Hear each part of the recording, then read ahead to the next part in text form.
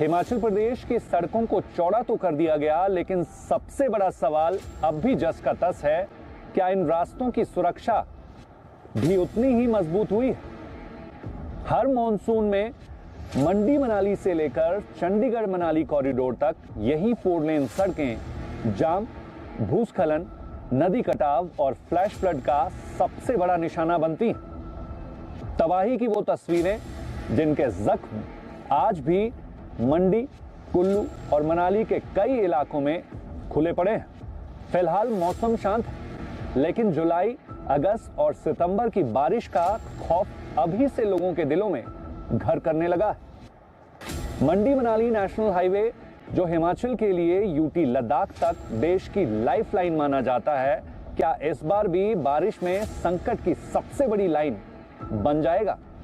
सवाल वही है, क्या सिस्टम ने सबक लिया है या फिर इस बार भी वही तबाही दोहराई जाएगी? इन्हीं सवालों का जवाब तलाशने के लिए ग्राउंड जीरो से जी पंजाब हरियाणा हिमाचल की ये खास रिपोर्ट देखिए। जब तक पानी का अगर प्रॉपर तरीके से नहीं होगा तो हमें तो भागना ही पड़ेगा सर यहाँ से। तो इन्होंने आरसीसी लगाई ना, जो छोटे टंगे लगाए हैं वो तो गिर जाएंगे। 2-4 करोड़ की यहाँ आरसीसी वॉल के लिए भी ये जो है कोई भी एफर्ट नहीं लगा रहा है। इस बार फिर देखना बरसात में ये सारा रोड बह जाएगा। 2 बार अंदर आ गया दरिया, यहाँ बिल्कुल रोड पे आ गया। कोई भी ऐसा जो काम नहीं हुआ रोड का जो बिल्कुल इसकी सेफ्टी हो। 30 के बाद से तो 24-25 3 साल से तो कंटिन्यू हो रहा है जी यहाँ।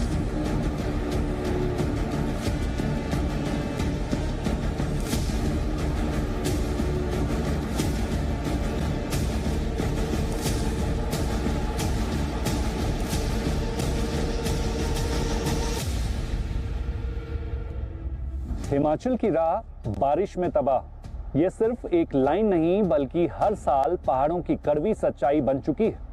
पिछले 3 वर्षों से जी पंजाब हरियाणा हिमाचल लगातार इस दर्द को दिखाता रहा है। हर बरसात से पहले और हर तबाही के बाद हमने ग्राउंड रिपोर्ट्स के जरिए बताया है कि कैसे सरकारी लेट लतीफी, निर्माण में लापरवाही और सिस्टम की अनदेखी राहत की जगह लोगों के लिए नई आफत बन जाती है। कई जगह सड़कें बनी, लेकिन सुरक्षा दीवारें अधूरी रही। कहीं ड्रेनेज फेल हुआ तो कहीं नदी कटाव ने पूरी सड़क ही निगल ली। और आज एक बार फिर जी पंजाब हरियाणा हिमाचल इसी बड़े सवाल को आपके सामने उठा रहा है, ताकि मॉनसून से पहले सिस्टम जागे और बाढ़ भूस्खलन की तबाही आने से पहले बचाव हो सके। सर, किस तरीके से देखते हैं कि स्कूल में पढ़ने वाले बच्चों के लिए जो ये बिल्डिंग बनाई जा रही है वो कहीं ना कहीं फ्लड प्रोन एरिया में है, प्रोटेक्शन वॉल यहाँ तक लग नहीं पाई है। कुछ ही दिनों में इसका उद्घाटन होना है, लेकिन कुछ ही दिनों में जो मॉनसून है वो भी दस्तक देगा, तो इसका भविष्य कितना खतरे में है? ये तो बहुत मतलब रिस्की पॉइंट है जी। यहाँ पे 2023 में भी देखो बहुत यहाँ फ्लड आया था, स्कूल बह गया। उसके बाद फिर ये स्कूल बना हुआ और इतना ही सुंदर बिल्डिंग बनी है यहाँ पे। तो हमने कई बार प्रशासन से भी, जो पूरे मेस टीम थे, फिर इनसे IPH वालों से मिले, फिर अपने विधायक साहब से भी मिले कि इसकी प्रोटेक्शन के लिए कुछ सेफ्टी बॉल लगाओ या कोई प्रोटेक्शन बॉल लगाओ, जिससे जो है ये स्कूल भी बचे। फिर अगर ये फिर बह गया तो फिर इतना पैसा खर्च करने का कोई फ़ायदा नहीं होगा। और फिर बच्चे जो है इधर उधर जाते रहेंगे, कहाँ जाएंगे स्कूल के लिए? दूर दूर से गांव से आते हैं यहाँ बच्चे, शिलेंग से आते हैं, ब्रॉड से, पारशा से, बानू से आते हैं, तो उनके लिए तो फिर कोई चारा नहीं रहेगा। तो इसलिए अब बार बार प्रशासन से हम तो यही आग्रह करते हैं कि भी आप जल्दी से जल्दी इसके लिए जो है इसकी सुरक्षा के लिए दीवार वगैरह तो ज़रूर लगाओ।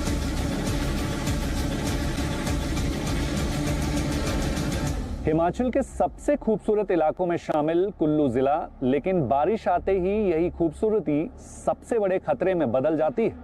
रोहतांग टनल के समीप धुंधी से लेकर औट तक करीब 70 किलोमीटर लंबी व्यास नदी की ये तटरेखा अब एक तरह से डिजास्टर लाइन बन चुकी है। इस पूरी बेल्ट में बसे हजारों लोगों के लिए हर मॉनसून मौत का साया लेकर आता है। सड़कों के किनारे बसे घर, स्कूल, अस्पताल, Volvo bus stand, green tax barrier और नेशनल हाईवे तक हर जगह उबलती व्यास नदी का रौद्र रूप कहर बनकर टूटता है। पीछे बचता है सिर्फ मलबा, कटाव, टूटी सड़कें और ये तबाही का मंजर।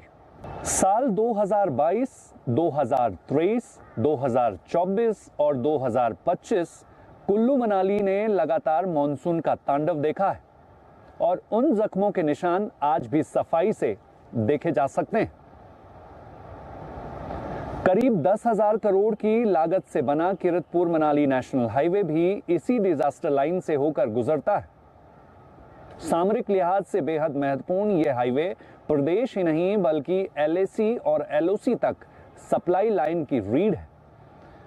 लेकिन बड़ा सवाल यह है, क्या यह हाईवे अगली बारिश झेल पाएगा? कुल्लू से मनाली तक सड़क को पिछली तबाही के बाद ऊपरी तौर पर फिर से चकाचक कर दिया गया है, लेकिन आज की सबसे बड़ी जरूरत मजबूत प्रोटेक्शन वॉल अब भी कई हिस्सों में इंतजार में। अगर मानसून में व्यास नदी फिर उफनी तो करोड़ों की लागत से बना यह नेशनल हाईवे एक बार फिर बड़े हिस्सों में मिट सकता है। NDMA, SDMA और DDMA की रिपोर्ट्स भी इस 70 किलोमीटर की तटरेखा को कई जगह फ्लड और हाई रिस्क जोन घोषित कर चुकी है। ऐसे में जरूरी है यह जानना कि NDMA और जल शक्ति विभाग की तैयारी आखिर जमीन पर कितनी दिखती है।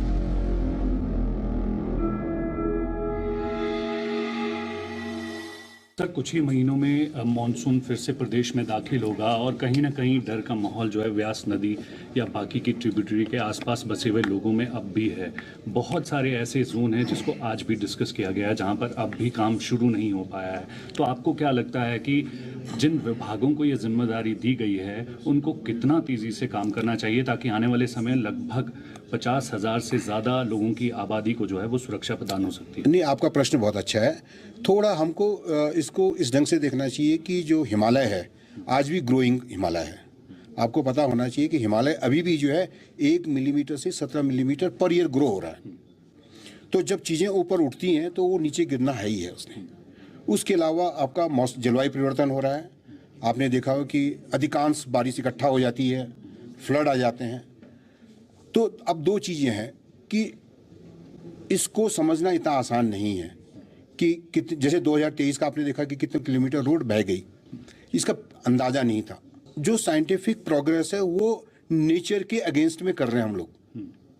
तो नेचर का काम है, बारिश होगी नीचे से बहेगा, उसको कोई रोक नहीं सकता है। अब जो डिसास्टर रिस्क रिडक्शन मॉडल है जिसमें हम लोग इनको बताते हैं कि आप सायरन लगवाइए, काफ़ी जगह उन्होंने सायरन्स लगवाए हैं, लोगों की इवैक्यूएशन की जगह आपको फिक्स करें, या फिर जो नेचर बेस्ड सोल्यूशन है प्लांट ऐसे लगा दें हम लोग। तो इसमें हम साथ में ये भी कहते हैं कि डिपार्टमेंट तो अपना काम कर ही रहे हैं। इसके अलावा जो जन भागीदारी है कि आपने देखा होगा कि पहले कितने सारे पेड़ होते थे, जंगल कम हुए हैं। तो ये मीडिया का भी रिस्पॉन्सिबिलिटी है कि कम्युनिटी बेस में जाएं और कभी कभी जो लोकल पेड़ हैं, आपको मालूम है स्लोप आ रहे हैं जिसको धंस नहीं है, तो वहाँ पे अगर आप प्लांटेशन करें तो जो जड़ें प्लांट हैं वो जड़ों को मिट्टी को मजबूत बना के रखती है, तो लैंडस्लाइड नहीं होती, तो हम बचा सकते हैं। तो मेरे हिसाब से मीडिया का भी थोड़ा सा एक रोल ऐसा होना चाहिए कि आप जैसे हमारे साथ प्रोग्राम कर रहे हैं ऐसे आप कम्युनिटी बेस्ड भी करें। उनसे पूछें भाई आपके गांव में ये दिक्कत आने, आपकी क्या क्या तैयारी है। तो ये एक सरकार, मीडिया और सिविल सोसाइटी, इन सब का कंबाइंड इफेक्ट होना चाहिए डिसास्टर रिडक्शन। अकेले एक ही बस की नहीं है। बट अगेन मैं तारीफ कर रहा हूँ उन लोगों की, हिमाचल गवर्नमेंट के एम्प्लॉयज़ की, कि उन्होंने काफ़ी सारे सॉलिड प्रोजेक्ट्स बनाए हैं। जहाँ तक आपकी बात है कि जल्दी होनी चाहिए, क्योंकि ये इंजीनियरिंग बेस्ड है, डिज़ाइन परफेक्ट होना चाहिए। जैसे मैंने इनसे सवाल पूछा था कि भाई कहीं ये नहीं हमने दीवार बना दी और बह जाए, तो कोई इंटेंशन तो बनाता नहीं है कि वह बह जाए, क्योंकि इंजीनियरिंग कई बार थोड़ा वीक हो जाती है। तो इसलिए जो टेक्निकल इंस्टीट्यूशन है उनका ये सहारा ले रहे हैं और मेरे ख्याल से अच्छा और काम हो। जैसे आपने पूछा कि वल्नरेबल पॉइंट्स कितने हैं, लगभग यहाँ पे हमने 19.5 किलोमीटर की लेंथ के अलग अलग पोर्शंस के ऊपर वल्नरेबल जो पॉइंट्स थे हमारे, जहाँ बार बार डिज़ास्टर की वजह से डैमेजेस होते हैं, चाहे वो हमारे अपने एसेट्स हैं, चाहे और इंफ्रास्ट्रक्चर्स हैं, ब्रिजेस हैं, रोड्स हैं, लोगों की ज़मीनें हैं, कल्टीवेशन लैंड्स हैं और उनके घर हैं। तो उनके प्रोटेक्शन को ध्यान में रखते हुए उस तरह से इसको वर्कआउट किया गया हुआ है। तो ये लगभग 243 करोड़ के आसपास का प्रोजेक्ट है जो कि फाइनली कंसीव होने जा रहा है और बहुत जल्दी इसका काम हम शुरू करने वाले हैं और लगभग 1.5 साल के अंदर इसको कंप्लीशन के ऊपर हम करने वाले हैं। जी सर, सबसे पहला पॉइंट जो है नेहरूकुंड से लेकर बाहांग तक का एरिया सबसे डेंस पॉपुलेशन में आता है, लेकिन अब तक जितने भी पिछले 20 सालों में बाढ़ आई है, अब तक वहाँ पर 1% प्रोटेक्शन वर्क नहीं हो पाया है।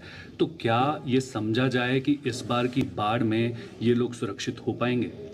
जी देखिए, आपका प्रश्न बिल्कुल सही है। जो हमारा एरिया भांग वाला अप टू मनाली ब्रिज तक का जो एरिया है वो बहुत ही क्रिटिकल एरिया है, और जिसके ऊपर उसी की स्टडीज़ के लिए हम ये बात कर रहे हैं। CWPRS ने उसमें जो हमें रिकमेंडेशंस दी हैं, क्योंकि CWPRS एक ऐसी एजेंसी है जो नेशनल वाइड एजेंसी है, जो हमारा यही काम पूरे भारतवर्ष में देखती है। उनकी रिकमेंडेशन के ऊपर उनके स्ट्रक्चर्स किस तरह से आने चाहिए, कहाँ कहाँ आने चाहिए और क्या प्रिकॉशंस ली जानी चाहिए, किस तरह के डिज़ाइन होने चाहिए, वो सब इसमें इनकॉर्पोरेट करके ही ये फाइनल स्टडी। और मैं आपको भरोसा दिलाता हूँ कि जो भी अब काम होने जा रहा है, जब भी होने जा रहा है, ये एक फुल प्रूफ साउंड अरेंजमेंट होने जा रहा है, जिसके लिए आप आगे भविष्य के लिए निश्चिंत रहेंगे।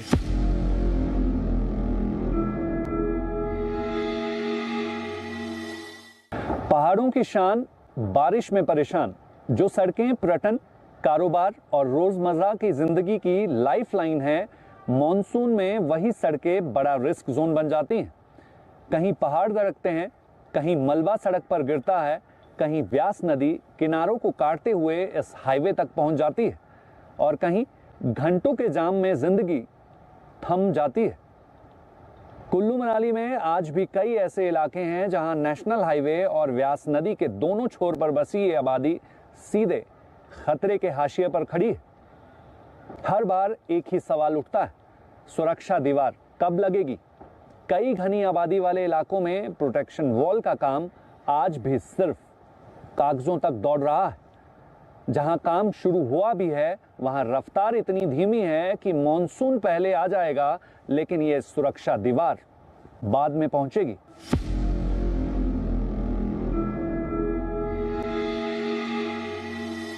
इस नेशनल हाईवे के उस हिस्से पर इस वक्त हम लोग मौजूद हैं। जब मॉनसून का दौर यहाँ पर शुरू होता है तो पिछले कुछ सालों में लगातार बाढ़ का कहर जो है वो इस हिस्से पर दिखता है, और जिसकी वजह से पिछले कुछ सालों में ज़बरदस्त तरीके से इस इलाके ने तबाही झेली है। मैं इस वक्त मनाली के entry point green tax barrier पर मौजूद हूँ। चलिए इस वक्त की तस्वीर दिखाना बहुत ज़रूरी है, क्योंकि ये बिल्कुल शांत सा दिख रहा इलाका, इस इलाके को जो है वो रिपेयर करवा दिया गया है, और कहीं ना कहीं इस ग्रीन टेक्स वाले हिस्से पर जो है अभी फ़िलहाल स्थिति सामान्य दिखाई दे रही है। लेकिन जब बरसात का मौसम आता है तो वर्ष 2022 और वर्ष 2025 की मॉनसून ने इस इलाके में ऐसी तबाही की तस्वीर देखी, जिसके बाद इस इलाके से गुजरना जो है, ख़ास तौर पर मॉनसून में जब व्यास नदी में बाढ़ आती है तो सबसे ज़्यादा खतरनाक हो जाता है। ये वो इलाका है जिस इलाके से वोल्वो बसेस बहते हुए गई थी। ये वही इलाका है जब इस सामने सब्जी मंडी के भीतर जो है कुछ लोग फंस गए थे, जिन्हें रेस्क्यू मिशन करना पड़ा बचाने के लिए। लेकिन अब जो है यहाँ की स्थिति पूरी तरीके से बदल चुकी है। लेकिन इस साल की बरसात भी इस इलाके पर एक खतरे के बादल मंडरा रही है। वो है व्यास नदी में आने वाली बाढ़ के बाद यहाँ पर पहुँचने वाला खतरा, क्योंकि इस इलाके तक अब भी कई सारे ऐसे जोन हैं जहां पर प्रोटेक्शन वॉल का काम होना चाहिए था, ताकि सामरिक दृष्टि से अति महत्वपूर्ण इस नेशनल हाईवे को सुरक्षा प्रदान हो सके। साथ ही यही नेशनल हाईवे अटल टनल रोहतांग तक पहुंचता है और उसके बाद लाहौल स्पीति के साथ साथ यूटी लद्दाख तक कनेक्टिविटी देता है। लेकिन आप देख सकते हैं कि यहाँ पर जो स्थिति हम देख पा रहे हैं कि टेम्परेरीली जो है वो इस सड़क को सुरक्षित करने के लिए इस तरीके से क्रेट वॉल्स के सहारे और कुछ मक डंपिंग के सहारे जो है वो दोबारा से दुरुस्त किया गया है। लेकिन अब इस इलाके की सबसे ज़्यादा ज़रूरी डिमांड है आरसीसी वॉल की। लेकिन ये आरसीसी वॉल कब लगेगी, कब इस इलाके को सुरक्षा मिलेगी? क्योंकि इसी तरीके से लगभग 41 किलोमीटर के डिस्टेंस में इस नेशनल हाईवे पर बहुत सारे ऐसे फ्लड प्रोन एरिया हैं जहां पर जब भी बरसात आती है तो बाढ़ का खतरा इस हाईवे पर किस तरीके से तबाही मचाता है, उसकी तस्वीरें हमने आपके सामने रखी है। क्या नाम है आपका? इस इलाके में कब से रह रहे हो? मेरा नाम रोहित है जी। 30-35 साल हो गए जी यहीं बैठ के। तो पिछले कुछ सालों से जब भी मॉनसून आता है तो यहाँ के लोग डर के साए में क्यों जी रहे हैं? बरसात में ज़्यादातर पानी का जो बाढ़ आने का खतरा ही होता है सर यहाँ से। बाकी तो अगर जब पानी आता है तो अक्सर हमें घर से दूर दूर ऊपर पहाड़ों में जाकर बैठना पड़ता है, या तो कहीं आस पड़ोस के पास है। तो पानी का वही है कि जब तक पानी का अगर प्रॉपर तरीके से नहीं होगा तो हमें तो भागना ही पड़ेगा सर यहाँ से। तो पिछले कुछ सालों में कितना नुकसान कर चुकी है बाढ़ यहाँ? ये 2023 के बाद से तो लगभग अब हर साल नुकसान, करोड़ों का नुकसान हो रहा है। और 23 के बाद से तो 24-25 3 साल से तो कंटिन्यू हो रहा है जी यहाँ पर। जब मानसून आएगी तो क्या दोबारा बाढ़ का खतरा बन रहा है क्या? बिल्कुल जी, ये तो हर साल है जी, हर साल। वजह क्या मानते हैं? यही है कि यहाँ वो मतलब क्रेट वायर वगैरह लग जाता तो आरसीसी वगैरह, तब हमारे के लिए सेफ हो जाएगा थोड़ा। बाकी तो हर साल ये मानसून तो हर साल आ रहा है, देखो हमारे लिए खतरा ही है जी। तो इस बार की बरसात जब दस्तक देगी, व्यास नदी में जब बाढ़ आएगी, तो इस इलाके के साथ साथ बाकी कौन कौन से इलाकों में आप खतरा समझते हैं और उसके बाद स्थिति क्या बदल सकती है? सारे इलाके में है ना, जो अपना आलू ग्राउंड हो गया, कलाथ हो गया, सारा मिल हो गया, सारा ही डेंजर जोन में ही है। मनाली से लेकर सारा डेंजर जोन आ रहा है। जो ये नेशनल हाईवे चंडीगढ़ से मनाली को जोड़ता है, क्या इसको भी खतरा है? पूरा खतरा है इसको तो। ये देखो ये मोड़ पर जो है तो अभी खतरा हो सकता है, इस साल ही खतरा हो सकता है इसको तो। इन्होंने आरसीसी लगाई नहीं, जो छोटे डंगे लगाए हैं वो तो गिर जाएंगे, ग्रेट वाल तो गिर जाएगी, ऐसे भी गिर जाएगी। तो आपके इस इलाके पर क्या कुछ कामों के वादे पिछले कुछ सालों में जो भी यहाँ पर प्रशासनिक अधिकारी हों, नेता हों, मंत्री हों, आकर देकर गए हैं और आज भी आप उसका इंतजार कर रहे हैं? नहीं, दे के तो गए, थोड़ा बहुत दे के गए हैं, थोड़ा लग गई आरसीसी लग गई है, थोड़ा बचाव हो गया, थोड़ा आगे को बचाव करने को रह गया। आधा काम हो गया, आधा रह गया है। तो ये आधा काम, आधा अधूरा काम जो है वो क्या इस बार की बरसात में इस इलाके पर भारी पड़ सकता है क्या? पड़ सकता है, बिल्कुल भारी पड़ सकता है। नहीं होगा काम तो वो भी सकता है, कभी अंदर आ सकता है पानी। यहाँ पर हमारे चारों तरफ देखेंगे अगर आप तो ये APMC की यहाँ सब्जी मंडी है, कुल्लू लाहौल स्पीति की जॉइंट, अपना आपका टूरिज़्म का वर्कशॉप है, फिर स्कूल है, गवर्नमेंट हाई स्कूल है, ग्रीन टैक्स बैरियर, जिससे कि हर साल पता नहीं करोड़ों करोड़ जो है पूरी रेवेन्यू जनरेट होता है मनाली में। फिर भी इसकी सेफ्टी के लिए मतलब इनको 2-4 करोड़ की यहाँ RCC वॉल के लिए भी ये जो है कोई भी एफर्ट नहीं लगा रहा है। तो हम प्रशासन से ये गुजारिश करेंगे कि ये शीघ्र से शीघ्र जो है इसको कंप्लीट किया जाए, क्योंकि नहीं तो लोकल प्रॉपर्टीज़ तो दूर की बात है, यहाँ सरकारी बिल्डिंग्स, रोड कुछ नहीं बचेगा। ये हर साल की बात है।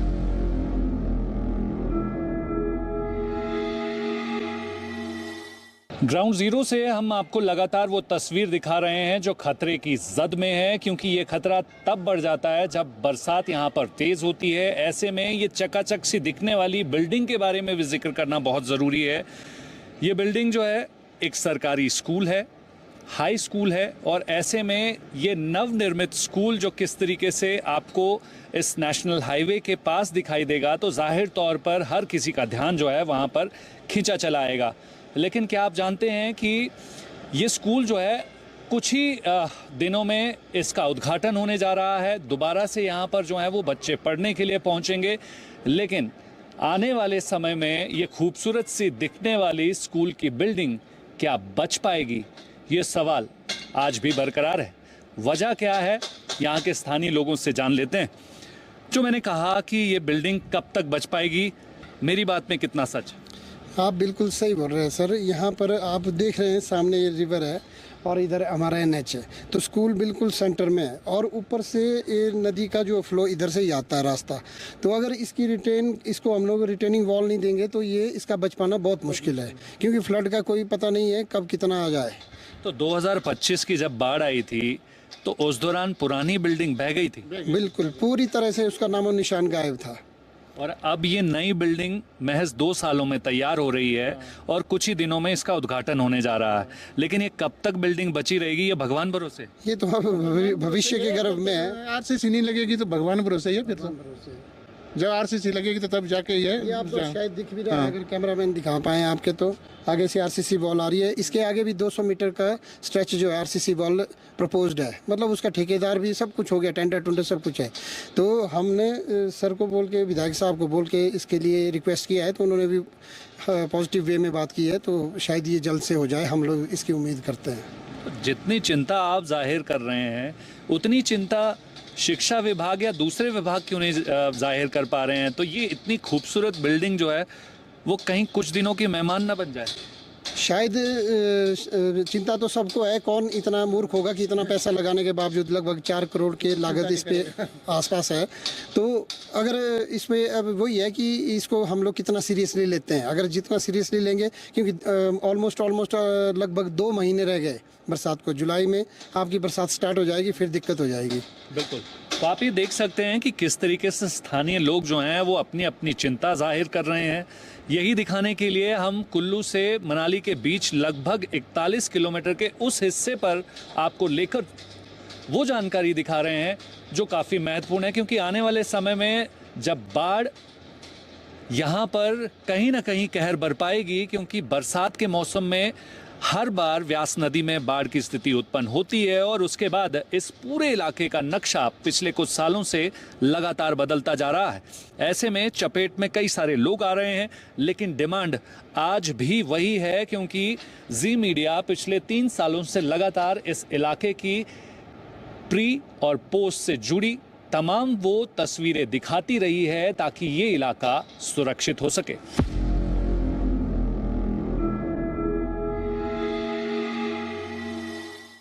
बेसिकली डीडीएमए के माध्यम से, डिजास्टर मैनेजमेंट अथॉरिटी है, उन्होंने 2023 में बहुत सारी साइट्स को आइडेंटिफाई कर रखा है जो पलचान से लेके भुंतर के बीच में है, ब्यास नदी पे, और कुछ तीर्थन वैली में है, कुछ सैंज वैली में है।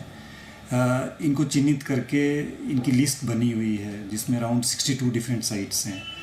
तो पायलट बेसिस पे अभी हमने 3 साइट्स को चिन्हित किया है, जिसमें लंका बेकर है, एक एयरपोर्ट के पास में एक एरिया है, और तीसरा एरिया जिया संगम के पास है, जिसका टोटल एरिया अराउंड 13.8 हेक्टर्स के आसपास आता है। और इन 3 साइट्स पे हम पायलट बेसिस पे ड्रेजिंग स्टार्ट कर रहे हैं, क्योंकि इस पूरे प्रोसेस में आपको डिफरेंट विभागों से परमिशंस की ज़रूरत रहती है। तो इन 3 साइट्स पे हम डिफरेंट जो अप्रूवल्स थी उनको हमने ले लिया है, जिसमें मेजर अप्रूवल जो भारत सरकार के MOEF से आती है, ministry of environment, forest and climate change से, वो हमें अभी 3 दिन पहले हमें मिली हुई है। तो उसके बेसिस पे हम फर्दर इन साइट्स पे जो ड्रेज मटेरियल है उसको ऑक्शन करवाने की प्रक्रिया फॉरेस्ट कॉरपोरेशन के माध्यम से हमने शुरू कर दी है। तो अभी तक यही है कि अभी 3 साइट्स पे हम प्रायोरिटी बेसिस पे, पायलट बेसिस पे इसको कर रहे हैं। सर, ये CWPRS की हमारी जो स्टडी पुणे की है उसमें भी यही उन्होंने कहा है। वो ये कहते हैं कि बिल्कुल सही बात है, क्योंकि यहाँ पे प्रॉब्लम ये आती है कि जहाँ पे हमारे फ्लड आपके ट्रिब्यूटरीज में जो क्लाउड बस्ट होते हैं उसके साथ बहुत बड़े बड़े बोल्डर्स आते हैं जो जनरली फीचर्स बाकी रिवर्स में नहीं देखने में मिलता। यहाँ पे क्लाउड बस्ट के बाद इतने बड़े बोल्डर्स आ जाते हैं जो बीच में आपका जो जहाँ से नदी गुजरती है वहाँ पे एक टापू की तरह आपको स्ट्रक्चर क्रिएट कर देते हैं, या बीच में वो अपना लेवल ऊपर कर देते हैं, जिस वजह से नदी आप देख रहे होंगे कई जगह से इधर उधर भागती है, एक की बजाय 2-3 स्ट्रीम्स बन जाती है। तो ये चीज़ें बिल्कुल सही हैं। उसमें CWPRS में यही हमें स्टडीज़ में बताया गया है कि जब आप स्ट्रक्चर्स बनाते हैं तो स्ट्रक्चर्स के आगे अगर कोई ऐसे टीले क्रिएट हो जाते हैं तो उनको काइंडली उस तरह से वहां से बीच से क्लियर करके जो स्ट्रक्चर्स आप साइड पे बना रहे हैं दोनों तरफ, उन स्ट्रक्चर्स के आगे उनको रखा जाए ताकि वो कुशन का भी काम करेंगे और साथ साथ आपके फ्लो को भी एक स्ट्रीम पाथ देंगे। जो हमारी स्टडी में बात कर रहा हूँ फ्लड प्लेन जोनिंग, ये इसी बेस के ऊपर है। फ्लड प्लेन जोनिंग में हमें ये बताया जाएगा साथ में कि क्यूनेट कहाँ है। अभी तो हम देखते हैं कि नदी किधर को भी भागती है, लेकिन वो डिजाइन में हमें ये बताया जा रहा है कि now this is the exact path of the river, और उस रिवर को चलने के लिए हमने क्या क्या करना है, चाहे वो क्लियरेंस पार्ट है, चाहे वो स्ट्रक्चर पार्ट है, चाहे उसका बीच से उसका मटेरियल निकालने का पार्ट है, तो ये सारे उसमें प्रोविजंस रखे गए हुए हैं। ये जो हमारा सेक्शन है कुल्लू से मनाली का, ये हमारा मेजरली जो ब्यास रिवर में एक्सेसिव जो बाढ़ आई उसकी वजह से डैमेज हुआ। इसमें ये हमने एक इसमें DPR कंसल्टेंट लगाया गया जो हमें हेडक्वार्टर के अप्रूवल के बाद डायरेक्शंस दे कि इसमें DPR प्रॉपरली करी जाए, हाइड्रोलॉजिकल स्टडीज़ करी जाए, उसके अकॉर्डिंग इसमें फिर काम कराया जाए। तो उसके अकॉर्डिंग हमने इसमें हाइड्रोलॉजिकल स्टडीज़ कराई गई। उसमें 2-3 मेजर इश्यूज जो इसमें पाए गए कि एक तो जो हमारा हाइट फ्लड लेवल है, हाई फ्लड लेवल जो है हमारा 2023 में और 2025 में रिवाइज हो गया है। उसके अकॉर्डिंग हमें जो वॉल्स की जो डिज़ाइन है वो चेंज करनी पड़ेगी, ये हमारे को रिकमेंडेशंस आई। तो उस रिकमेंडेशंस के बेसिस पे इसके एस्टिमेट्स तैयार किए गए और एस्टिमेट्स हमने हेडक्वार्टर को अप्रूवल के लिए भेजे, जिसको हेडक्वार्टर ने अप्रूव भी कर दिया और इसकी भी टेंडरिंग प्रोसेस भी कंप्लीट हो गई है।